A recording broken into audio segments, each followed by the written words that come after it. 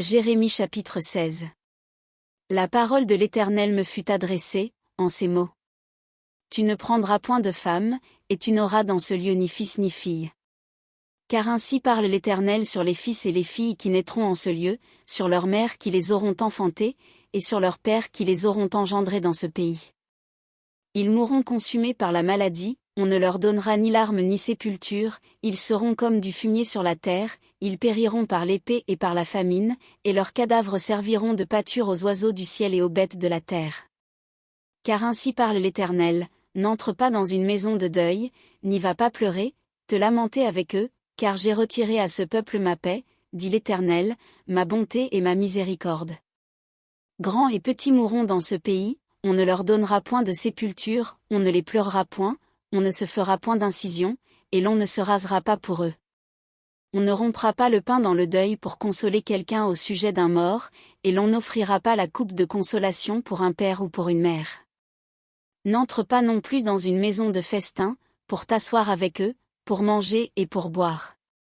Car ainsi parle l'Éternel des armées, le Dieu d'Israël, voici, je ferai cesser dans ce lieu, sous vos yeux et de vos jours, les cris de réjouissance et les cris d'allégresse, les chants du fiancé et les chants de la fiancée.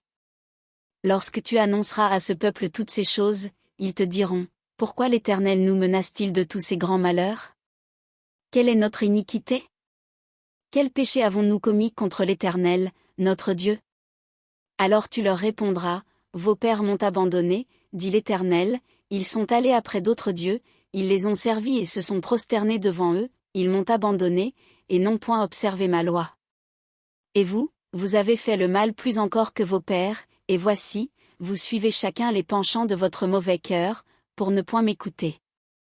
Je vous transporterai de ce pays dans un pays que vous n'avez point connu, ni vous, ni vos pères, et là, vous servirez les autres dieux jour et nuit, car je ne vous accorderai point de grâce.